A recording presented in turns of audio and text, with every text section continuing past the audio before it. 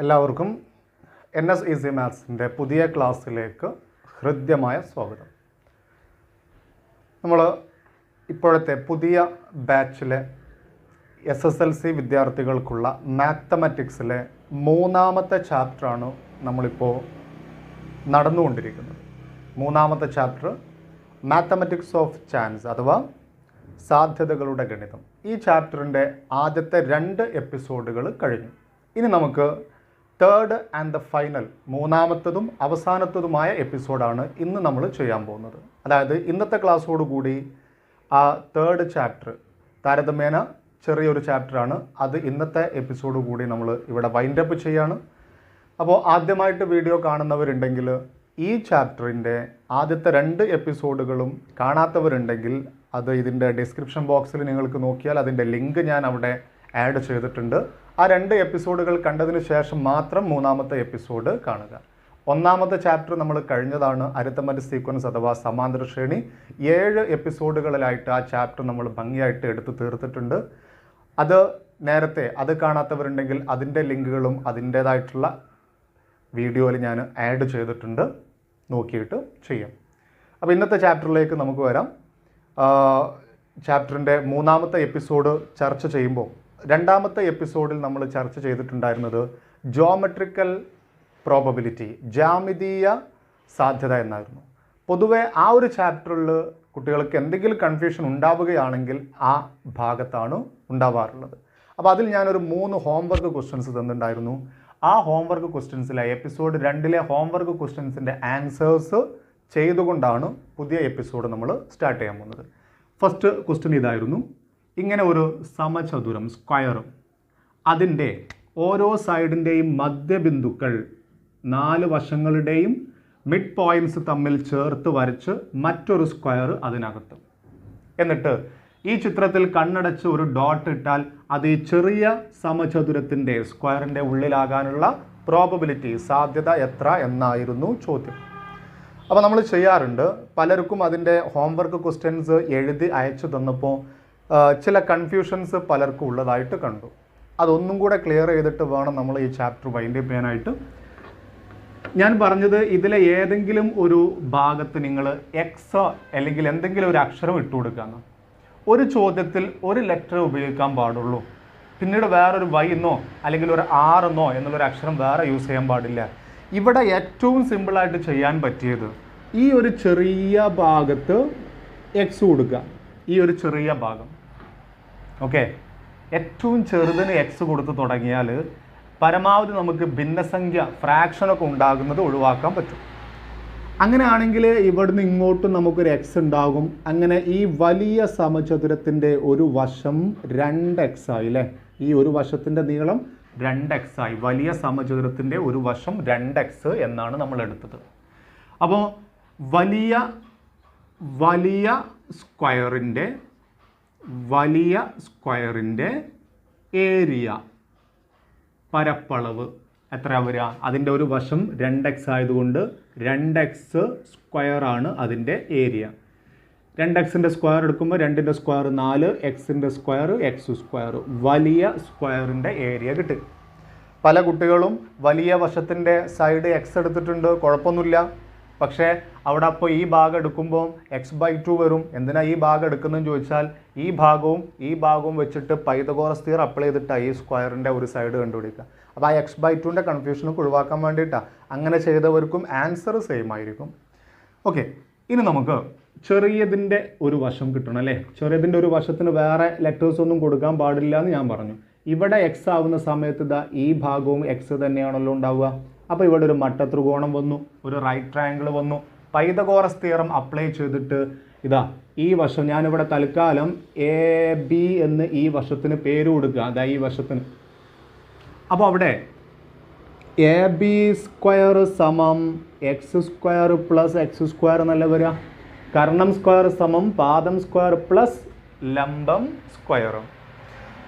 അപ്പോൾ ഇത് 2x square അല്ലേ? അങ്ങനെ ആകുമ്പോൾ AB-യുടെ നീളം ഇതിൻ്റെ റൂട്ടല്ലേ ഉണ്ടാവുക. 2x സ്ക്വയറിൻ്റെ റൂട്ട് എടുക്കാൻ ബുദ്ധിമുട്ടുള്ളവരുണ്ടെങ്കിൽ ശ്രദ്ധിച്ചോളൂ. 2x സ്ക്വയറിൻ്റെ റൂട്ട് എടുക്കുമ്പം 2ൻ്റെ റൂട്ട് ആദ്യം എടുക്കുക. 2ൻ്റെ റൂട്ട് കൃത്യമായിട്ടില്ല, അപ്പോൾ √2. എക്സ് സ്ക്വയറിൻ്റെ റൂട്ട് എടുത്താൽ എക്സ് ആണ്, കാരണം എക്സിൻ്റെ സ്ക്വയർ ആണ് എക്സ് സ്ക്വയർ. അപ്പോൾ ഇതിൻ്റെ ഒരു വശം നമുക്ക് കിട്ടി. എത്രയാണ്? √2x. അപ്പോൾ ചെറിയ സ്ക്വയറിൻ്റെ ഏരിയ പരപ്പളവ് എത്ര വരിക? അതിൻ്റെ ഒരു സൈഡ് √2x അല്ലേ? അപ്പോൾ √2x സ്ക്വയർ. √2ൻ്റെ സ്ക്വയർ എടുത്താൽ 2, റൂട്ട് അങ്ങോട്ട് ഒഴിവാകും. എക്സിൻ്റെ സ്ക്വയർ എടുത്താൽ എക്സ് സ്ക്വയർ. ഓക്കെ. ഇനി സാധ്യത, പ്രോബബിലിറ്റി, സാധ്യത. എങ്ങനെ സാധ്യത കണ്ടുപിടിക്കുക? ആരെയാ നമ്മൾ അടിയിൽ എഴുതുക?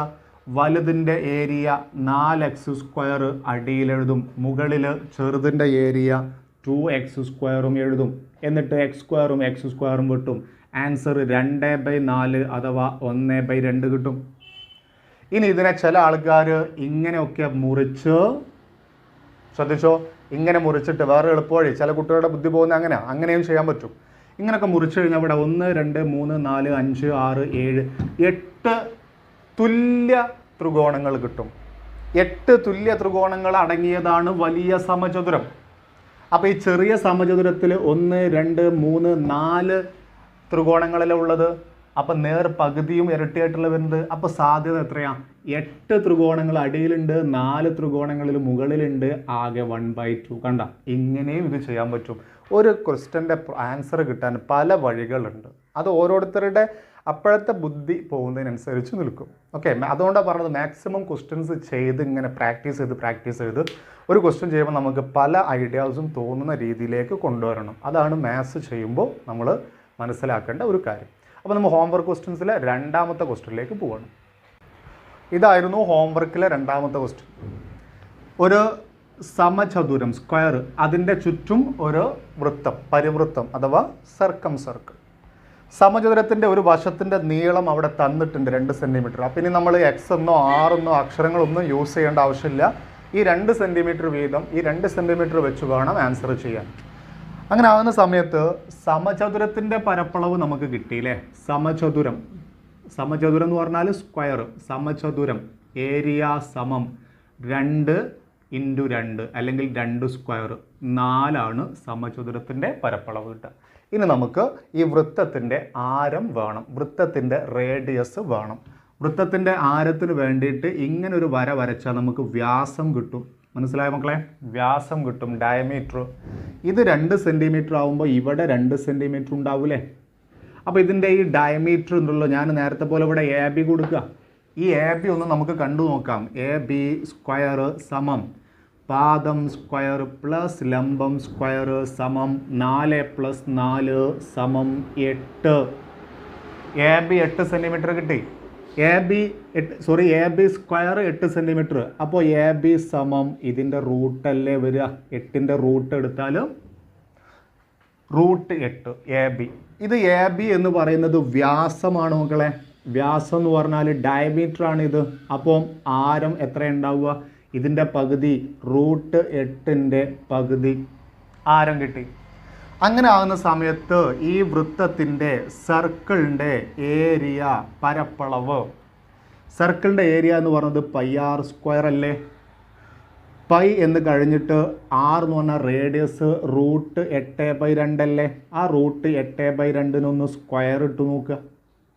ഇതൊക്കെ ശ്രദ്ധിച്ചിങ്ങനെ പറഞ്ഞെഴുതിയാൽ മതി. √8/2 സ്ക്വയർ ഇട്ട് കഴിഞ്ഞാൽ π × √8ൻ്റെ സ്ക്വയർ. റൂട്ടുള്ള നമ്പറിൻ്റെ സ്ക്വയർ എടുക്കുമ്പോൾ റൂട്ട് അങ്ങോട്ട് പോവും. 8 അടിയിൽ 2ൻ്റെ സ്ക്വയർ 4. എത്ര ഈ 8/4? ഹരിക്കാൻ പറ്റുന്ന സംഖ്യ കാണുമ്പോൾ അവിടെ വെച്ച് വേഗം അതുകൊണ്ട് ഹരിച്ച് കളയുക. 8നെ 4 കൊണ്ട് ഹരിച്ചു കഴിഞ്ഞാൽ 2 കിട്ടൂലേ? അപ്പോൾ ആൻസർ ഇവിടെ 2π എന്നല്ലേ കിട്ടുക. ഈ 8 4 വെട്ടിയാൽ 2π × 2 = 2π. അപ്പോൾ വൃത്തത്തിൻ്റെ പരപ്പളവ് കിട്ടി, സമചതുരത്തിൻ്റെ പരപ്പളവ് കിട്ടി. സാധ്യത, പ്രോബബിലിറ്റി. ആരെയാ അടിയിൽ എഴുതുക? ഇത് ചില കുട്ടികൾ തെറ്റിച്ച് വെച്ചിട്ടുണ്ട്. അടിയിൽ എഴുതിയ ആളെ മാറിയിട്ടുണ്ട്. ആരാ ഇതിലെ വലിയ ഫിഗർ? ആരാണ്? ആ സ്ക്വയറാ? അല്ല, ഈ വൃത്തമാണ് വലുത് അടിയിൽ എഴുതണം. അപ്പോൾ 2π നമ്മൾ അടിയിൽ എഴുതണം. മുകളിൽ ആരെ എഴുതുക? ഈ ഇതിൻ്റെ ഈ 4 മുകളിൽ എഴുതണം. അത് ചില ആൾക്കാർക്ക് ഇങ്ങനെ കണ്ടപ്പം തോന്നിയതാണ്. ഇത് 4, ഇത് 2π, ഇതല്ലേ വലുത്? ഇത് നോക്കിയിട്ടാണ് വലുത് നോക്കുക. 4 ആണോ വലുത്? 2π. ഈ പൈയുടെ വാല്യൂ 3.14. അപ്പോൾ ഈ 2ഉം 3.14 ഗുണിച്ച് കഴിഞ്ഞാൽ നമുക്ക് 6 പോയിന്റ് കിട്ടൂലേ? അപ്പോൾ ഇയാളല്ലേ വലുത്? ആ കൺഫ്യൂഷൻ വെച്ചിട്ടായിരിക്കും ചില ആൾക്കാർ അത് താഴത്ത് എഴുതിയത്. അപ്പോൾ 2π അടിയിൽ മുകളിൽ 4. ഓക്കെ, വലുത് ചെറുത് നോക്കാൻ ഈ ചിത്രം നോക്കിയിട്ട് തീരുമാനിക്കുക. ഓക്കെ, ഈ 4ഉം 2ഉം വെട്ടി, ഇവിടെ 2 കിട്ടി. ആൻസർ എന്താ? 2/π. 2/π ആണ് സാധ്യത ഈ ക്വസ്റ്റ്യൻ്റെ ആൻസർ. ഓക്കെ, ഹോംവർക്കിലെ 3ാമത്തെ ക്വസ്റ്റ്യൻ ഇതായിരുന്നു. തൊട്ട് മുന്നേ ചെയ്തതിൻ്റെ നേരെ ഓപ്പോസിറ്റ് ആയിട്ടുള്ളൊരു ചിത്രം. നേരത്തതിൽ വൃത്തത്തിൻ്റെ ഉള്ളിലായിരുന്നു സമചതുരം, ഇത് വൃത്തത്തിൻ്റെ പുറത്താണ് സമചതുരം. ഇതിൽ ഒരു കുത്തിട്ട് കഴിഞ്ഞാൽ അത് ഈ വൃത്തത്തിൻ്റെ ഉള്ളിൽ വരാനുള്ള സാധ്യതയായിരുന്നു ചോദിച്ചിട്ടുണ്ടായിരുന്നത്. ഇവിടെ നമുക്ക് അളവുകളൊന്നുമില്ല, 2 സെൻറ്റിമീറ്ററൊന്നോ 3 സെൻറ്റിമീറ്ററൊന്നോ അളവുകളൊന്നും തന്നിട്ടില്ല. അപ്പോൾ നമ്മൾ ഒരു ലെറ്റർ നമ്മൾ കൊടുക്കണം. ഒരു ലെറ്റർ നമ്മൾ കൊടുക്കുക എന്ന് പറഞ്ഞാൽ ഇവിടെ വേണമെങ്കിലും ഏതെങ്കിലും ഒരു സ്ഥലത്ത് നമുക്ക് എക്സ് കൊടുക്കാം. ആർക്കാ എക്സ് കൊടുക്കുക? നമുക്കൊരു കാര്യം ചെയ്തുകൂടെ? ഈ സർക്കിളിൻ്റെ റേഡിയസിന് എക്സ് എടുത്തൂടെ? ഈ വൃത്തത്തിൻ്റെ ആരത്തിന് ഒരു എക്സ് എടുക്കുക. ആരം സമം എക്സും. അങ്ങനെ ആവുമ്പോൾ ഇവിടുന്ന് അങ്ങോട്ടുള്ള നീളം എക്സ്, ഇവിടുന്ന് ഇങ്ങോട്ടുള്ള നീളവും എക്സ്. അപ്പോൾ വൃത്തം ഏരിയ, വൃത്തത്തിൻ്റെ പരപ്പളവ് πr² അല്ലേ? ആറിന് നമ്മൾ എക്സ് ആണ് എടുത്തത്, അപ്പോൾ πx². സ്ക്വയർ സമചതുരത്തിൻ്റെ ഏരിയ, പരപ്പളവ്. അതിൻ്റെ ഒരു വശം എത്ര? സമചതുരത്തിൻ്റെ ഒരു വശം എക്സ് അല്ല കേട്ടോ, 2x ആണ് ഒരു വശം. ഇതാണ് 2x ഉണ്ടോ? അപ്പോൾ 2x² അല്ലെങ്കിൽ 2x × 2x 4x². വളരെ സിമ്പിൾ ക്വസ്റ്റ്യനാണ്, കഴിഞ്ഞു. ഇനി സാധ്യത, പ്രോബബിലിറ്റി സമം ആരാ വലുത്? ഇവിടുത്തെ വലിയ ചിത്രം ആരാ? വൃത്തമാണോ? അല്ല, അതിനെയും കവർ ചെയ്തുകൊണ്ട് സമചതുരം ഉണ്ട്. അപ്പോൾ അതിൻ്റെ ഏരിയ താഴത്ത് 4x², മുകളിൽ πx². x² വെട്ടി π/4. ഓക്കെ, ഇതുപോലെ ക്വസ്റ്റ്യൻസ് ചെയ്തു നോക്കണം. കുറേ ക്വസ്റ്റ്യൻസ് ഉണ്ട്, ഇത് നമുക്ക് ഹോംവർക്കൊക്കെ ആയിട്ട് ചെയ്തു നോക്കാം. എല്ലാം കൂടെ ഒരു ചാപ്റ്ററിൽ ചെയ്യുക എന്ന് പറഞ്ഞത് ബുദ്ധിമുട്ടാണ്. നമുക്കിനി അടുത്ത ഈ ചാപ്റ്ററിൻ്റെ പുതിയ പാർട്ട് സ്റ്റാർട്ട് ചെയ്തിട്ട് ഇന്ന് ഈ ചാപ്റ്റർ നമുക്ക് തീർക്കണം. ചെറിയൊരു സെക്ഷനും കൂടെ ബാക്കിയുണ്ട്. ഇനി എടുക്കാൻ പോകുന്ന ആ സെക്ഷൻ എന്നാണ് ഇപ്പോൾ കഴിഞ്ഞ SSLC പരീക്ഷയിൽ വരെ ചോദ്യം വന്നിട്ടുള്ളത്. നന്നായിട്ട് ശ്രദ്ധിക്കുക. അപ്പോൾ മടങ്ങി വരും, നോക്കാം. നമ്മൾ ഈ ചാപ്റ്റർ ഇന്ന് തീർക്കാൻ പോവാണ്. പെയേഴ്സ് അഥവാ ജോഡികൾ എന്നൊരു ഭാഗമാണ് ഈ ഒരു പാർട്ടിൻ്റെ ഹെഡിങ് ആയിട്ട് വരുന്നത്. ഇതിനകത്ത് നമ്മൾ എന്താ നോക്കുന്നതെന്ന് വെച്ചാൽ നന്നായിട്ട് ശ്രദ്ധിച്ച് പഠിക്കണം.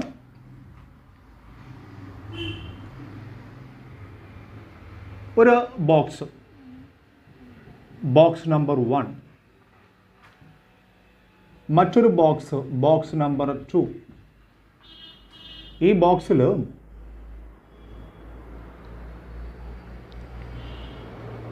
1 മുതൽ 10 വരെയുള്ള നമ്പേഴ്സ് ഉണ്ട്, സംഖ്യകൾ. 1 മുതൽ 10 വരെയുള്ള നമ്പേഴ്സ് ഇങ്ങനെ ഓരോ പേപ്പറിൽ എഴുതി ഇങ്ങനെ നറുക്ക് രൂപത്തിലാക്കിയിട്ട് ഈ ബോക്സിൽ ഇട്ടിട്ടുണ്ട്. ഈ ബോക്സിൽ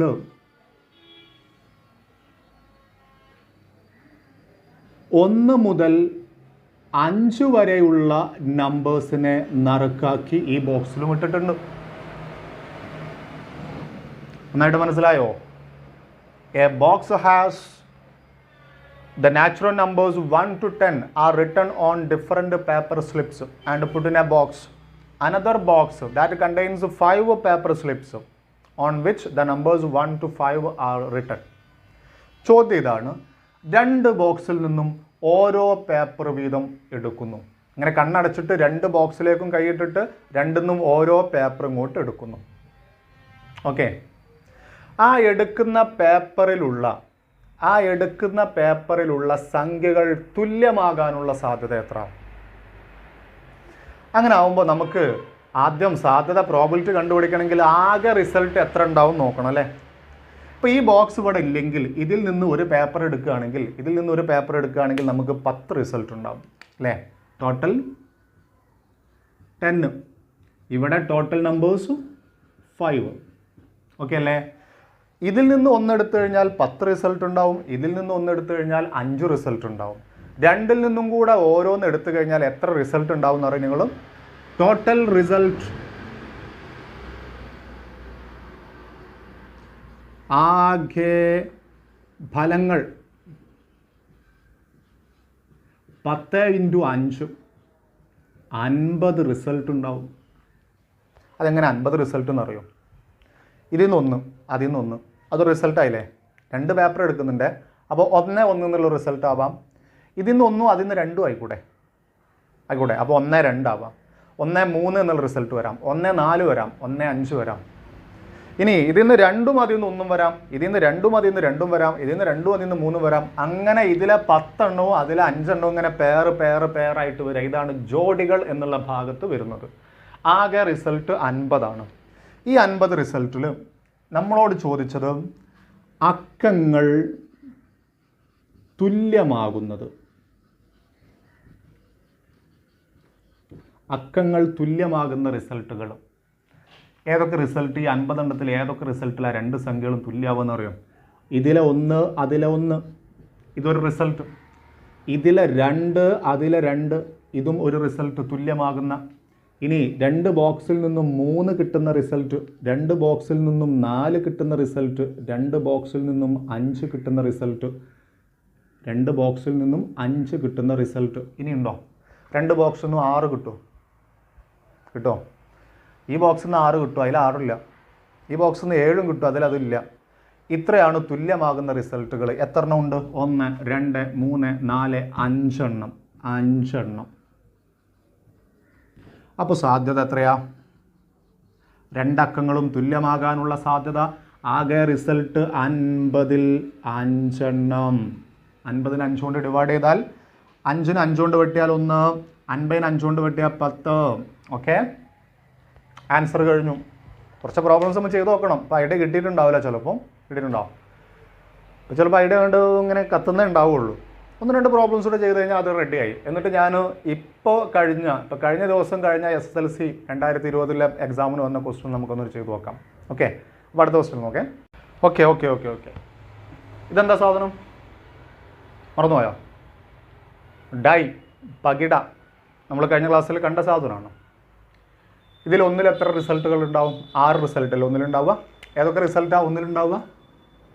1 2 3 4 5 6 ഇത്രയും റിസൾട്ട് ഉണ്ടാവും അല്ലേ? 1 പുള്ളിയുള്ള സ്ഥലം, 2 പുള്ളിയുള്ള സ്ഥലം.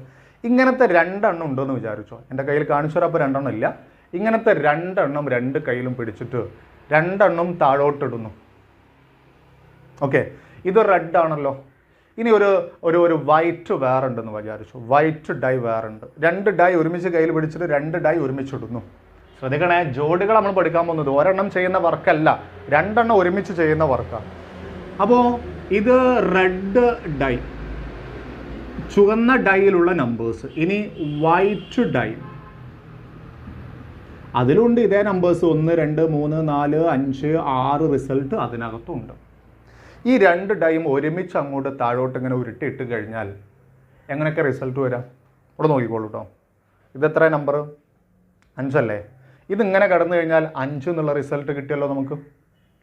മറ്റേ ഡൈ ഇല്ലേ, വെള്ള ഡൈ, അതിൽ 3 മുകളിൽ വന്നതെന്ന് വിചാരിച്ചോ. അപ്പോൾ 5 3 ഒരു റിസൾട്ട്. ഓക്കെ, അല്ലെങ്കിൽ ഈ ഡൈയിൽ 1, അതിൽ 1, അപ്പോൾ 1 1 എന്നുള്ള റിസൾട്ട് വരും. ഈ ഡൈയിൽ 2, അതിൽ 1 തന്നെ, അപ്പോൾ 2 1 എന്നുള്ള റിസൾട്ട് ഉണ്ടാവും. ഇങ്ങനെ റിസൾട്ടുകൾ ആകെ എത്ര ഉണ്ടാവും ചോദിച്ചാൽ ഇതിലെ 6 ഇതിലെ 6 ആകെ റിസൾട്ട്സ് ഈക്വൽ ടു 6 × 6 36 റിസൾട്ട് ഉണ്ടാവും. ഏതൊക്കെയാണ് 36 റിസൾട്ട് എന്നുള്ളത് ഞാൻ വെറുതെ ഒന്ന് റഫായിട്ട് ഇവിടെ കാണിക്കാം. 1 1 2 ഡൈയിലും 1 കിട്ടുന്നു. ആദ്യത്തെ ഡൈയിൽ 1 മറ്റേൽ 2 കിട്ടുന്നു. ആദ്യത്തേൽ 1 മറ്റേൽ 3 കിട്ടുന്നു. ഇതിൽ 1 മറ്റേൽ 4 കിട്ടുന്നു. ഇതിൽ 1 മറ്റേതിൽ 5 കിട്ടുന്നു. ഇതിൽ 1 മറ്റേൽ 6 കിട്ടുന്നു. ഞാൻ അങ്ങനെ ഓർഡറിൽ എഴുതുന്നത് വേഗം മനസ്സിലാൻ വേണ്ടിയിട്ടാണ്. ഇനി ഇതിൽ 2 മറ്റേൽ 1, ഇതിൽ 2 മറ്റേതിൽ 2, അങ്ങനെ ഞാൻ എല്ലാം എഴുതുന്നില്ല. ഇതിൽ 2 മറ്റേൽ 6. ഓക്കെ, ഇനി ഒന്നാമത്തെ ഇടയിൽ 3 മറ്റേൽ 1, ഇതിൽ 3 മറ്റേൽ 2, ഇനി 3 3 3 4 3 5 3 6 ഇങ്ങനെ വരുന്നു. ഇനി ഇതിൽ 4 മറ്റേതിൽ 1, ഈ ഡയൽ 4 മറ്റേ ഡയൽ 2, ഇങ്ങനെ പോയിട്ട് ഈ ഡയൽ 4 മറ്റേ ഡയൽ 6, ഇതുവരെ അതും വരും അല്ലേ. ഇങ്ങനെ 5 1 5 2 എക്സെട്രാ എക്സെട്രാ, ഇവിടെയൊക്കെ നമ്പേഴ്സ് ഉണ്ട്. 5 6, ഇനി ഒരു വരിയും കൂടെ ഉണ്ടാവില്ലേ, ഇതിൽ 6 മറ്റേതിൽ 1, ഇതിൽ 6 മറ്റേതിൽ 2 എക്സെട്രാ, ഇതിൽ 6 മറ്റേതിൽ 6, ഇതിൽ 6 റിസൾട്ട്, ഇതിൽ 6 ഇതിൽ 6, എല്ലാത്തിലും 6. അപ്പോൾ 6 വരിയുണ്ട്, 36 റിസൾട്ട്. ഇപ്പോൾ ക്യാച്ച് ചെയ്തോ സംഭവം? 2 പ്രവൃത്തികൾ ഒരുമിച്ച് ചെയ്ത് കഴിഞ്ഞാൽ ആകെ റിസൾട്ട് അപ്പോൾ എങ്ങനെ കണ്ടുപിടിക്കും? 2 പ്രവൃത്തികൾ ഒരുമിച്ച് ചെയ്ത് കഴിഞ്ഞാൽ ആകെ റിസൾട്ട്, ഒരു പ്രവൃത്തി ഇത് ഉരുട്ടിയിട്ട് കഴിഞ്ഞാൽ 6 റിസൾട്ട്, മറ്റേ ഡൈ ഉരുട്ടി കിട്ടി കഴിഞ്ഞാൽ 6 റിസൾട്ട്, 2 ഒരുമിച്ച് ഉരുട്ടിയിട്ടിട്ട് കഴിഞ്ഞാൽ 6 × 6 36 റിസൾട്ട്. നേരത്തെ ഒരു ബോക്സിൽ 10 നമ്പർ, മറ്റേ ബോക്സിൽ 5 നമ്പർ. ഈ ബോക്സിൽ നിന്ന് 1 എടുത്താൽ 10 റിസൾട്ട്, ആ ബോക്സിൽ നിന്ന് 1 എടുത്താൽ 5 റിസൾട്ട്, 2 ബോക്സിൽ നിന്നും ഓരോന്ന് വീതം എടുത്താൽ 10 × 5 50 റിസൾട്ട്. മറന്നു പോവോ? ആകെ റിസൾട്ടുകളുടെ എണ്ണം 36. ഇനി നമുക്ക് ചോദ്യങ്ങൾ ശ്രദ്ധിച്ചു. ചോദ്യങ്ങൾ പല ചോദ്യങ്ങളും ചോദിക്കാം, നോക്കിക്കോളെ. നേരത്തെ ചോദിച്ച പോലെ റിസൾട്ടുകൾ രണ്ടും തുല്യമാകാനുള്ള സാധ്യത എത്രയാണ്? റിസൾട്ടുകൾ രണ്ടും തുല്യമാകാനുള്ള സാധ്യത എത്രയാണ്? അപ്പോൾ ഈ 36 റിസൾട്ട് സാധ്യത, റിസൾട്ടുകൾ രണ്ടും തുല്യമാകാനുള്ള സാധ്യത 36-ൽ എത്ര എണ്ണത്തിലാണ് റിസൾട്ട് തുല്യമാവുന്നതിൽ? ഉണ്ടോ? 1 1 തുല്യല്ലേ? ഇനി ഇതിലെവിടെയെങ്കിലും തുല്യമായ റിസൾട്ട് ഉണ്ടോ? ഇല്ല. ഇതിലെവിടെയെങ്കിലും ഉണ്ടോ? 2 2. ഇതിലെവിടെ ഉണ്ടോ? നോക്കിയിട്ടില്ല എന്ന് പറയരുതേ. 3 2 വരെ എഴുതിയിട്ടുള്ളൂ, 3 3 ഒക്കെ വരാനുണ്ട് അതിനകത്ത്. അപ്പോൾ ഇതിലൊരു റിസൾട്ട് ഉണ്ട്. 1 1 ഉണ്ട്, 2 2 ഉണ്ട്, 3 3 ഉണ്ട്, 4 4 ഉണ്ട്, 5 5 ഉണ്ട്, 6 6 ഉണ്ട്. എത്ര റിസൾട്ടായി? 6 റിസൾട്ട് ഉണ്ട്. അപ്പോൾ 36-ൽ 6. ഒന്ന് ചെറുതാക്കി പറ. 6-നെ 36-നെ വെട്ടുക, 1/6 കിട്ടൂലേ? 6 കൊണ്ട് വെട്ടുക. 6-ൽ 6 ഒരു പ്രാവശ്യം, 36-ൽ 6 6 പ്രാവശ്യം. ഇനി വേറൊരു ചോദ്യം നോക്കിക്കോളൂ, നന്നായിട്ട് ശ്രദ്ധിച്ചോളൂ. ആദ്യത്തെ ഡൈയിൽ 4-ന്റെ ഗുണിതം വരുന്ന റിസൾട്ട് എത്ര ഉണ്ട്? ആദ്യത്തെ ഡൈയിൽ 4-ന്റെ ഗുണിതം വരുന്ന, മൾട്ടിപ്പിൾ ഓഫ് 4 വരുന്ന റിസൾട്ട് എത്ര ഉണ്ട്? അതിൻ്റെ സാധ്യത എത്രയാണ്? അങ്ങനെയുള്ള നമ്പേഴ്സ് കിട്ടാനുള്ള സാധ്യത. 4-ന്റെ മൾട്ടിപ്പിൾ ഏതൊക്കെയാണ്? 4-ന്റെ മൾട്ടിപ്പിൾ ഇങ്ങനെ എഴുതിയാൽ 4 8 12 ഇങ്ങനെ എഴുതും. ഇതൊന്നും ഇവിടെ വരില്ല. ഡൈയിൽ ആകെ 6 വരെ സംഖ്യ ഉള്ളൂ. അപ്പം 4-ന്റെ മൾട്ടിപ്പിൾ വരുന്നത്, 4-ന്റെ മൾട്ടിപ്പിൾ വരുന്ന റിസൾട്ട് 4. അപ്പോൾ ആദ്യത്തെ ഡൈയിൽ 4 വരുന്ന റിസൾട്ട് എത്ര ഉണ്ട്? ഒന്നാ? ആദ്യത്തെ ഡൈയിൽ 4 വരുന്ന, ആദ്യത്തെ ഡൈയിൽ 1, ആദ്യത്തെ ഡൈയിൽ 2, രണ്ടാമത്തെ ഡൈ നോക്കണ്ടേ? ആദ്യത്തെ ഡൈയിൽ 3, ആദ്യത്തെ ഡൈയിൽ 4 വരുന്ന റിസൾട്ട് 1 2 3 4 5 6 എണ്ണം. അതും 6 എണ്ണം അല്ലേ? അപ്പോൾ 6/36 1/6 ഒക്കെ 6/36 എന്ന് വരൂല കേട്ടോ. ഓക്കെ, ഇനി ഒരു ചോദ്യം നോക്കിക്കോളൂ. തുക 10 വരുന്ന, സോറി 10 അല്ല, തുക 7 വരുന്ന റിസൾട്ട് എത്ര എണ്ണം ഉണ്ടാവും? അതിൻ്റെ സാധ്യത എത്രയാണ്? സമ്മ് 7 വരുന്ന റിസൾട്ടുകൾ. സമ്മ് 7 വരിക എന്ന് പറയുമ്പോൾ ഇതിലൊക്കെ 2 ആൾക്കാരില്ലേ, അവയെ ആഡ് ചെയ്യുക. ഇത് കൂട്ടി നോക്ക് 2, ഇതൊന്ന് കൂട്ടി നോക്ക് 3, ഇതൊന്ന് കൂട്ടി നോക്ക് 4, ഇത് കൂട്ടിയാൽ 5, ഇത് കൂട്ടിയാൽ 6, ഇത് കൂട്ടിയാൽ 7. അപ്പോൾ ഒരാളെ കിട്ടി, സമ്മ് 7 വരുന്നത്. ഇനി ഇതിലെവിടെയെങ്കിലും ഉണ്ടോ സമ്മ് 7 വരുന്നത്? ഇല്ലേ. 2 5 എന്ന് വരുന്നിടത്ത് 7 വരൂലേ? ഓക്കെ, ഇതിലെവിടെയെങ്കിലും ഉണ്ടോ സമ്മ് 7 വരുന്നത്? ഇല്ലേ. 3 4 ഇല്ലേ 7 വരുന്ന സമ്മ് 7 വരുന്നത്? ഇനി ഇതിലെവിടെയെങ്കിലും ഉണ്ടോ 4 കൊണ്ട് തുടങ്ങുന്നതിൽ? 4 കൊണ്ട് തുടങ്ങുന്നതിൽ 4 3 ഇല്ലേ സമ്മ് 7 വരുന്നത്? ഇതിലെവിടെയാണ് 7 വരുന്നുള്ളത്? 5 2 ഇതാ ഇത് 7 വരുന്നതാണ്. ഇതിലെവിടെ 7 വരുന്നതുള്ളൂ? 6 1 ഇതാ ഇത് 7 വരുന്നതാണ്. അപ്പോൾ അതുമില്ലേ 6 എണ്ണം. അവിടെ 6/36. ഓക്കെ, 1/6 കിട്ടുന്നു. ഇനി നോക്കിയേ, കൂട്ടിയാൽ 10 വരുന്ന റിസൾട്ടുകൾ, കൂട്ടിയാൽ സമ്മ് 10 വരുന്നത്. ഇതിലെവിടെയെങ്കിലും സമ്മ് 10 വരുന്നത് ഉണ്ടാവുമോ? ഇതിൽ മാക്സിമം 7 വരിക. ഇതിലെവിടെയെങ്കിലും സമ്മ് 10 വരുന്നുണ്ടോ? ഇല്ല, 8 വരെ പോകുള്ളൂ അല്ലേ. ഇതിലെവിടെയെങ്കിലും 10 വരെ വരുന്നത്? ഇല്ല. ഇതിലെവിടെയെങ്കിലും ഉണ്ടോ കൂട്ടിയാൽ 10 കിട്ടുന്നത്? ഇതാ പിടിച്ചോ, 4 6 10. ഇതിലെവിടെയുണ്ടോ 5 കൊണ്ട് തുടങ്ങുന്നതിൽ? 5 5 ഉണ്ടാവൂലേ 10 വരുന്നത്? ഇതിലെവിടെയെങ്കിലും ഉണ്ടോ 6 4 ഉണ്ടാവില്ലേ 10 വരുന്നത്? എത്ര സ്ഥലത്തുണ്ട് കൂട്ടിയാൽ 10 കിട്ടുന്ന റിസൾട്ട്? 1 2 3 എണ്ണം. അപ്പോൾ അതിൻ്റെ സാധ്യത എത്രയെന്ന് ചോദിച്ചാൽ 3/36. 3/36 ചെറുതാക്കാൻ അറിയില്ലേ? 3 കൊണ്ട് വെട്ടിക്കോ. 3-ൽ 3 ഒരു വട്ടം, 36-ൽ 3 12 വട്ടം. ഇങ്ങനെയൊക്കെയാണ് ആ ക്വസ്റ്റ്യൻ്റെ ആൻസർ ചെയ്യുക. നമുക്ക് വേറൊരു എക്സാമ്പിൾ നോക്കാം. ഓക്കെ, നമ്മുടെ അടുത്ത ക്വസ്റ്റ്യൻ ഇതേ ഭാഗം തന്നെ, അതായത് പെയേഴ്സ് എന്നുള്ള ഭാഗം, ജോഡികൾ എന്നുള്ള ഭാഗത്തിനെ അടിസ്ഥാനമാക്കി വേറൊരു ചോദ്യം. ഒരു ബോക്സിൽ 1 മുതൽ 4 വരെയുള്ള നമ്പേഴ്സ് എഴുതിയ പേപ്പർ കഷ്ണങ്ങൾ ഇട്ടിട്ടുണ്ട്. മറ്റൊരു ബോക്സിൽ 10 മുതൽ 12 വരെയുള്ള സംഖ്യകൾ എഴുതിയ പേപ്പർ സ്ലിപ്പുകളും. 2 ബോക്സിൽ നിന്നും ഓരോന്ന് വീതം എടുത്തു കഴിഞ്ഞാൽ നമുക്ക് ആകെ റിസൾട്ടുകൾ, ആകെ ഫലങ്ങൾ, ആകെ റിസൾട്ട്, ടോട്ടൽ റിസൾട്ട്സ്, ആകെ ഫലങ്ങളുടെ എണ്ണം നമുക്കറിയാം. ഈ ബോക്സിൽ നിന്ന് ഒരെണ്ണം എടുത്താൽ ടോട്ടൽ 4 റിസൾട്ടുകളാണുള്ളത് അല്ലേ. 4 റിസൾട്ടുകൾ ഉണ്ടാവും. കാരണം 1 ആവാം, 2 ആവാം, 3 ആവാം, അല്ലെങ്കിൽ 4 ആവാം കിട്ടുന്ന നമ്പർ. ഈ ബോക്സിൽ നിന്ന് ഒരെണ്ണം എടുത്തു കഴിഞ്ഞാൽ ടോട്ടൽ 10 ആവാം, 11 ആവാം, 12 ആവാം. അതായത് 3 റിസൾട്ടുകളും ഉണ്ട്. അപ്പോൾ ആകെ റിസൾട്ടുകളുടെ എണ്ണം രണ്ടിൽ നിന്നും ഓരോന്ന് ഒരുമിച്ചെടുക്കുന്ന സമയത്ത് 4 × 3 = 12 റിസൾട്ടുകളാണ് ആകെ ഉണ്ടാവുക. ഈ 12 റിസൾട്ടുകൾ വേണമെങ്കിൽ നമുക്കൊന്ന് എഴുതി നോക്കാം. കാരണം 12 എണ്ണല്ലേ ഉള്ളൂ. ഈ ബോക്സിൽ നിന്ന് 1, ആ ബോക്സിൽ നിന്ന് 10, ഇങ്ങനെ ഒരു ജോഡി കിട്ടാനുള്ള സാധ്യതയുണ്ട്. ഇതിൽ നിന്ന് 1ഉം അതിൽ നിന്ന് 11ഉം കിട്ടാനുള്ള സാധ്യത ഉണ്ട്. 1, അതിൽ നിന്ന് 12 അല്ലേ. ഇനി അതേപോലെ ഇതിലെ 2 ആവാം, അതിലെ 10 ആവാം കിട്ടുന്നത്. ഇതിലെ 2ഓ അതിലെ 11ഓ കിട്ടാം അതിൻ്റെ കൂടെ. ഇതിൻ്റെ 2ൻ്റെ കൂടെ അതിലെ 12 കിട്ടാം. ഇനി അതേപോലെ ഇതിലെ 3, അതിലെ 10, ഇതിലെ 3ൻ്റെ കൂടെ രണ്ടാമത്തെ ബോക്സിൽ നിന്ന് 11 കിട്ടാം. ഇതിലെ 3ൻ്റെ കൂടെ രണ്ടാമത്തെ ബോക്സിൽ നിന്ന് 12 കിട്ടാം. ഇനി അതല്ലെങ്കിൽ ഇതിലെ 4, അതിലെ 10, ഇതിലെ 4, അതിലെ 11, ഇതിലെ 4, അതിലെ 12. ഇതാണ് ആകെ സാധ്യമായ റിസൾട്ടുകൾ. ടോട്ടൽ പോസിബിൾ ഔട്ട്കംസ്, പോസിബിൾ റിസൾട്ടുകൾ ഇതൊക്കെയാണ്. ഇതാണ് ഇവിടെ എഴുതിയിട്ടുള്ള ഈ 12 എണ്ണം. ഇനി അതിൽ നമുക്ക് ചോദ്യങ്ങൾ പല രീതിയിൽ വരാം. ഒന്നാമത്തെ ചോദ്യം നമുക്ക് നോക്കാം. ഫസ്റ്റത്തെ ചോദ്യം വന്നിട്ടുള്ളത്, ഇതിലെ സംഖ്യകളുടെ തുക, സംഖ്യകളുടെ തുക 15.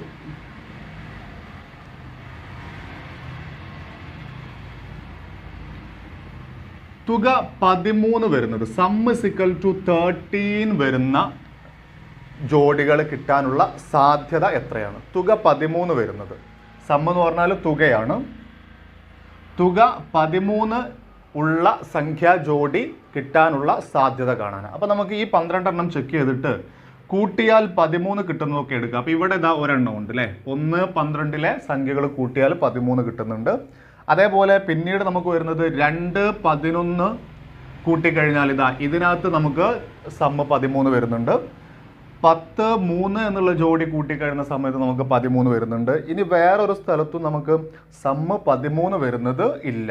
ഓക്കെ, അപ്പോൾ 1, 2, 3 റിസൾട്ടുകളാണ് ഉള്ളത്. അപ്പോൾ ഇതിൻ്റെ സാധ്യത പ്രോബബിലിറ്റി ആകെ 12 റിസൾട്ടിൽ 3 എണ്ണം അല്ലേ. ഇത് ചെറുതാക്കി കഴിയുമ്പോൾ 3നെ 3 കൊണ്ട് വെട്ടിയാൽ 1, 12നെ 3 കൊണ്ട് വെട്ടിക്കഴിഞ്ഞാൽ 4. 1/4 ആണ് സംഖ്യകളുടെ തുക 13 കിട്ടാനുള്ള സാധ്യത.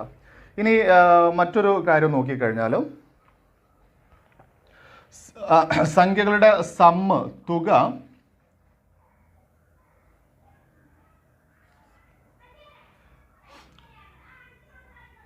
13ൽ താഴെ വരാനുള്ള സാധ്യത, <13. ഇതിനെ വായിക്കുക <13. 13ൻ്റെ താഴെ തുക വരാനുള്ള സാധ്യത. 13ൻ്റെ താഴെ തുക വരുന്നതെന്ന് പറഞ്ഞാൽ ഇത് പറ്റും അല്ലേ. ഇത് 11 സം വരുന്നത്. അപ്പോൾ ഒരെണ്ണമായി ഇത് പറ്റും. ഇതിൽ 12 ആണ് വരുന്നത്. ഇത് 13 ആയതുകൊണ്ട് എടുക്കാൻ പാടില്ല. 13ൻ്റെ താഴെ സം വരുന്നതാണ്. അപ്പോൾ 1, 2, ഇത് പറ്റും. 3, ഇത് 14 ആണ്, അതുകൊണ്ട് അത് പറ്റുന്നില്ല.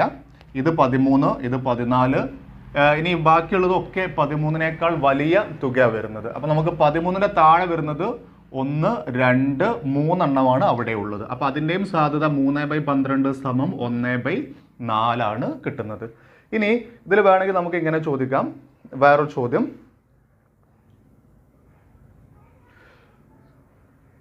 മൂന്നിൻ്റെ ഗുണിതമായ സംഖ്യ കിട്ടാനുള്ള സാധ്യത. 3ൻ്റെ ഗുണിതമായ സംഖ്യ എന്ന് പറയുമ്പോൾ ഇപ്പോൾ 2ഉം 3ൻ്റെ ഗുണിതങ്ങൾ അങ്ങനെ ചോദിക്കാം. 2 സംഖ്യകളും 3ൻ്റെ ഗുണിതങ്ങളാവാനുള്ള സാധ്യത. അപ്പോൾ 2 സംഖ്യകളും 3ൻ്റെ ഗുണിതമാവുക എന്ന് പറയുമ്പോൾ ഇതിലിപ്പോൾ 3ൻ്റെ ഗുണിതമായിട്ടുള്ളത് 3 മാത്രമേ ഉള്ളൂ. ഇതിൽ 3ൻ്റെ ഗുണിതമായിട്ട് നമുക്ക് 12 മാത്രമേ ഉള്ളൂ. ഓക്കെ, അപ്പോൾ 2ഉം 3ൻ്റെ ഗുണിതം 3ൻ്റെ മൾട്ടിപ്പിൾ ആവുന്നെന്ന് പറയുമ്പോൾ ഇതിൽ 3ഉം കിട്ടണം, അതിൽ 12ഉം കിട്ടണം. അങ്ങനെയുള്ള സംഖ്യകൾ നോക്കിയാൽ ഇതിലെ 3 അതിലെ 12 വരുന്ന സംഖ്യകൾ ഇതാ ഒരെണ്ണം മാത്രം. ഇനി വേറെ ഉള്ളതിലൊന്നും 2ഉം 3ന്റെ ഗുണിതമായിട്ട് വരുന്നില്ല. അപ്പോൾ ഒരു സംഖ്യ മാത്രം, ഒരു ജോഡി മാത്രമേ ഉള്ളൂ. അതിൻ്റെ സാധ്യത 1/12 ആണ്. ഇതുപോലെ എന്ത് വേണമെങ്കിലും ചോദ്യങ്ങൾ ഉണ്ടാക്കാൻ കഴിയും. ഇപ്പം ഇതിൽ നമ്മൾ പഠിച്ചു വെക്കേണ്ട സംഭവം 2ൽ നിന്നും ഓരോന്ന് എടുക്കുന്ന സമയത്ത് ആകെ റിസൾട്ടുകളുടെ എണ്ണം ഇതിലെ എണ്ണവും ഗുണിച്ചാൽ കിട്ടുന്നതായിരിക്കും. ഇനി ഈ ഒരു ക്വസ്റ്റ്യൻ നോക്കുക. ഇത് വളരെ പ്രധാനപ്പെട്ട ചോദ്യമാണ്. ഇതിന് ടെക്സ്റ്റ് ബുക്കിൽ ഈ ഒരു ഭാഗത്തിന് പേര് കൊടുത്തിട്ടുള്ളത് ജോഡികളുടെ ജോഡി എന്നാണ്. Pair of pairs. ഈ രണ്ട് ക്ലാസ്, ഇത് 10A ക്ലാസ്, ഇത് 10B ക്ലാസ്.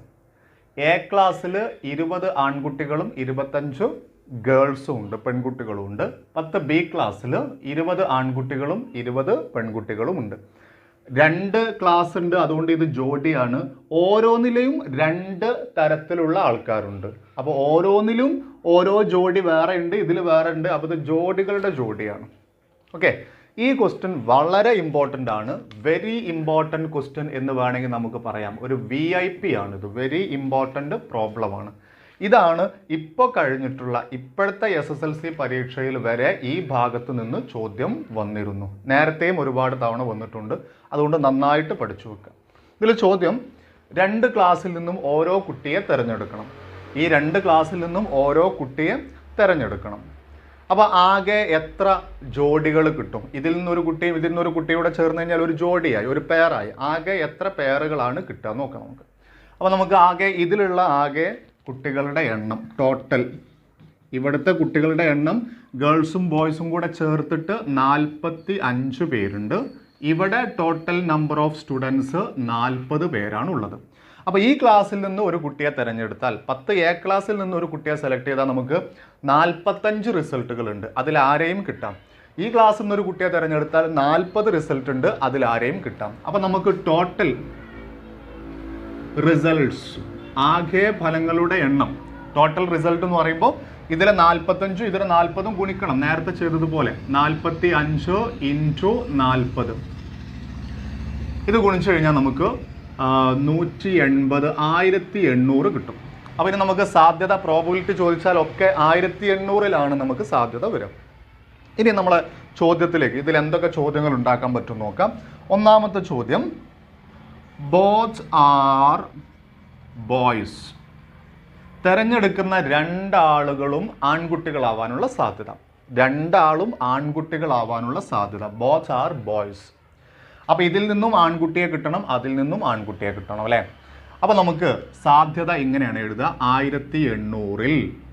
ഇനി നോക്കണേ, ഇതിൽ നിന്നൊരു ആൺകുട്ടിയും അതിൽ നിന്നൊരു ആൺകുട്ടിയെയും കിട്ടാനുള്ള സാധ്യത എന്ന് പറയുമ്പോൾ പെൺകുട്ടികളുടെ ഭാഗങ്ങളൊക്കെയാണ് മറച്ചു വെച്ച് കഴിഞ്ഞാൽ ഇതിൽ നിന്ന് ഒരു ആൺകുട്ടിയെ സെലക്ട് ചെയ്യുമ്പോൾ 20 റിസൾട്ട് ഉണ്ട്, ഇതിൽ നിന്ന് ഒരു ആൺകുട്ടിയെ സെലക്ട് ചെയ്യുമ്പോൾ 20 റിസൾട്ട് ഉണ്ട്. അപ്പോൾ 2-ൽ നിന്നും ഓരോ ആൺകുട്ടിയെ സെലക്ട് ചെയ്യാനാണ് ചോദ്യം. അപ്പോൾ എത്ര റിസൾട്ട് ഉണ്ടാവും? 20 × 20 റിസൾട്ട് ഈ ആൺകുട്ടികളെ മാത്രം കിട്ടാൻ വേണ്ടിയിട്ട് ഉണ്ടാവും. അപ്പോൾ ഇത് നമ്മൾ ബാക്കി വർക്കൗട്ട് ചെയ്തിട്ടുണ്ടെങ്കിൽ 20 × 20 400/1800 കിട്ടും. ഈ 1800-ലെ 2 0, 400-ലെ 2 0 വെട്ടിക്കഴിഞ്ഞാൽ നമുക്ക് 4/18 കിട്ടും. 4/18-നെ 2 കൊണ്ട് ചെറുതാക്കിയാൽ 2/9 എന്ന് കിട്ടും. ഇതാണ് 2 ആൾക്കാരും ബോയ്സ് ആവാനുള്ള സാധ്യത. ഇനി രണ്ടാമത്തെ ചോദ്യം നോക്കും. ബോയ്സ് ആർ ഗേൾസ് എന്നാണ് ചോദിച്ചതെങ്കിൽ, ബോയ്സ് ആർ ഗേൾസ്, 2 ആൾക്കാരും പെൺകുട്ടികളാകാനുള്ള സാധ്യത. അങ്ങനെ ആവുമ്പോൾ സാധ്യത 1800-ൽ 2 ആളും ഗേൾസ് ആവാന്ന് പറയുമ്പോൾ ഇവിടുത്തെ ഗേൾസിൻ്റെ എണ്ണവും ഇവിടുത്തെ ഗേൾസിൻ്റെ എണ്ണവും തമ്മിൽ ഗുണിക്കുക. അതാണ് 2ഉം പെൺകുട്ടികളാകാനുള്ള റിസൾട്ടുകളുടെ ആകെ എണ്ണം. അപ്പോൾ 25 × 20, മുകളിൽ എഴുതേണ്ടത് 25 × 20. ഇത് നമ്മൾ വർക്കൗട്ട് ചെയ്ത് കഴിഞ്ഞാൽ 25 × 20 ചെയ്ത് കഴിഞ്ഞാൽ 50 ഒരു 0, 500/1800 കിട്ടും. 2 പൂജ്യങ്ങൾ വെട്ടിക്കഴിഞ്ഞാൽ 5/18 കിട്ടും. 5/18-നെ പിന്നെ നമുക്ക് റെഡ്യൂസ് ചെയ്യാൻ കഴിയില്ല. ഇനി ഇതിൽ നിന്ന് വേറെ ചോദ്യം ഉണ്ടാക്കുന്നത് ശ്രദ്ധിച്ചോളൂ. Boy from A class and girl from B. അതായത് A ക്ലാസ്സിൽ നിന്ന് ബോയിനെ കിട്ടണം, B ക്ലാസ്സിൽ നിന്ന് ഒരു ഗേളിനെയും കിട്ടണം. അങ്ങനെയുള്ള സാധ്യത, അങ്ങനെ കിട്ടാനുള്ള സാധ്യത. അപ്പോൾ 1800-ൽ സിമ്പിൾ പരിപാടിയാണ് ഇതൊക്കെ. നോക്കിക്കോളാം, ഇതിൽ നിന്നല്ലേ ബോയ്സ് കിട്ടണ്ടേ, ഇതിൽ നിന്നല്ലേ ഗേൾസ് കിട്ടണ്ടേ. അപ്പോൾ ഇവിടുത്തെ ബോയ്സും ഇവിടുത്തെ ഗേൾസും തമ്മിലാണ് ഗുണിക്കേണ്ടത് ഇവിടെ. അപ്പോൾ 20 × 20 തന്നെയാണ് വരുന്നത്, 400/1800 തന്നെയാണ് വരുന്നത്. ഇതേ ആൻസറാണ് നമുക്ക് കിട്ടാൻ പോകുന്നത്. ചെറുതാക്കി കഴിഞ്ഞാൽ 2/9 ആയിരിക്കും റിസൾട്ട് വരിക. ഓക്കെ, ഇനി വേറൊരു ചോദ്യം, ഇതിൽ നിന്ന് ഗേളും ഇതിൽ നിന്ന് ബോയും ചോദിച്ചാൽ അപ്പോൾ എങ്ങനെയായിരിക്കും ചെയ്യാം?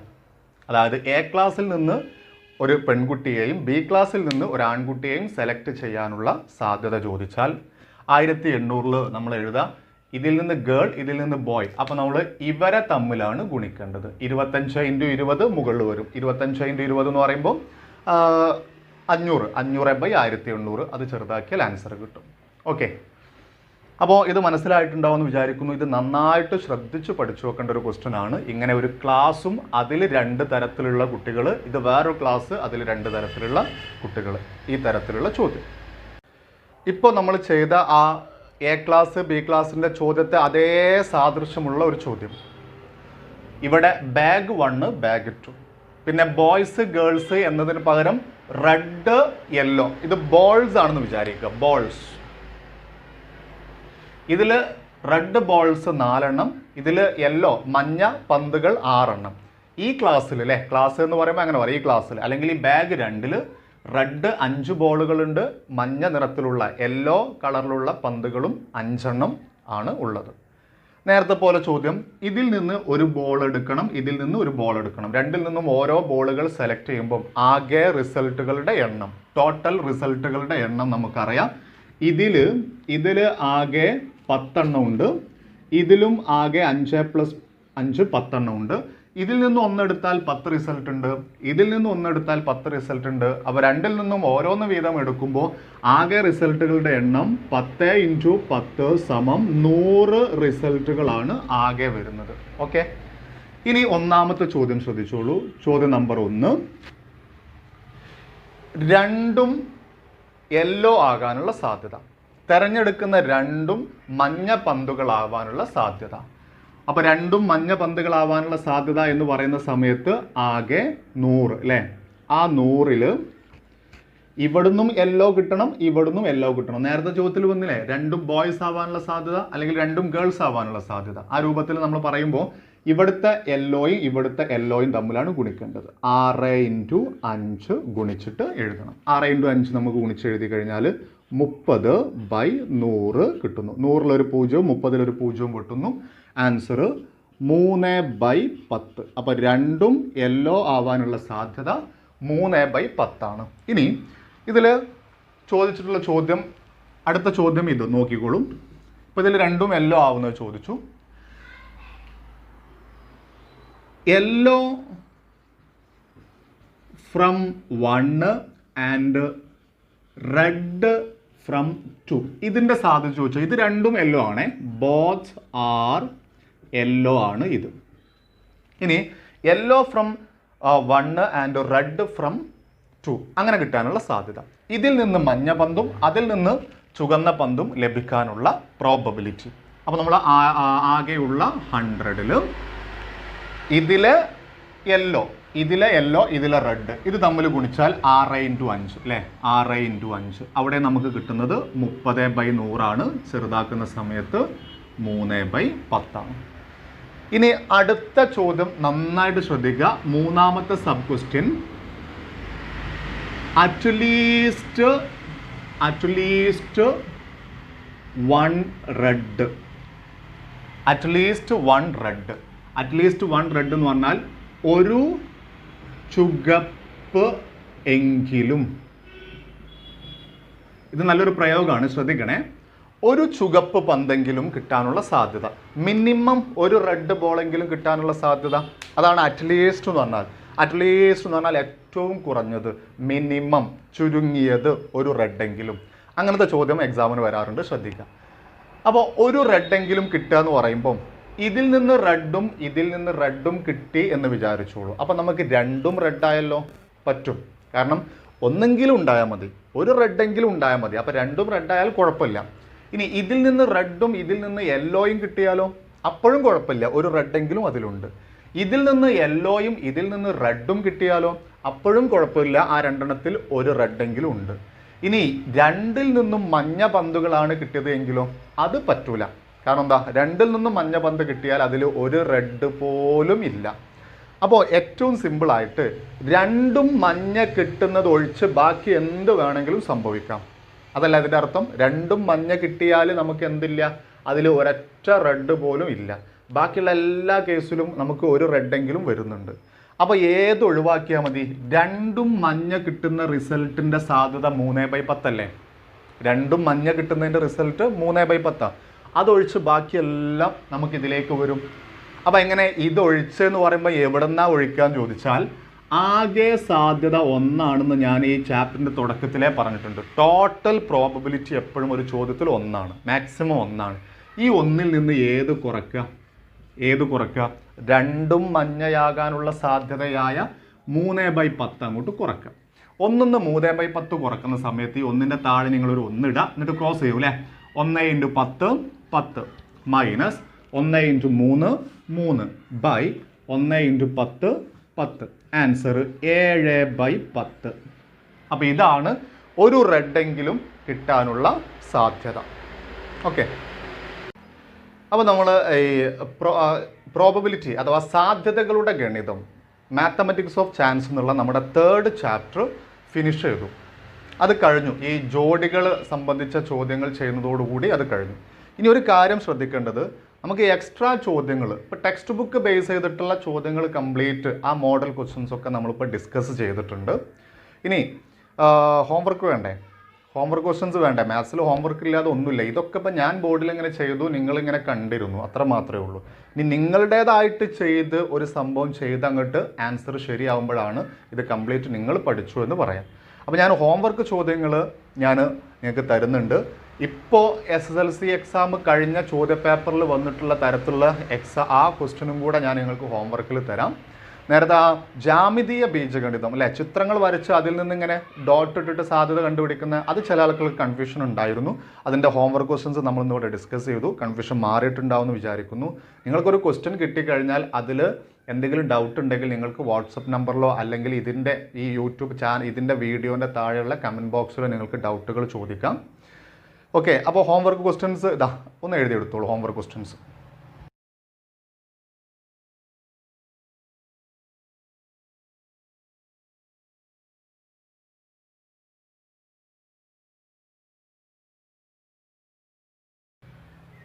ഓക്കെ, ഹോംവർക്ക് ക്വസ്റ്റ്യൻസ് എഴുതിയല്ലോ. നിങ്ങൾ വേഗം ഈ വീഡിയോസ് കണ്ട് ഡൗട്ടുകളൊക്കെ ക്ലിയർ ചെയ്തതിന് ശേഷം ഹോംവർക്ക് ക്വസ്റ്റ്യൻസ് വേഗത്തിൽ ചെയ്യുക.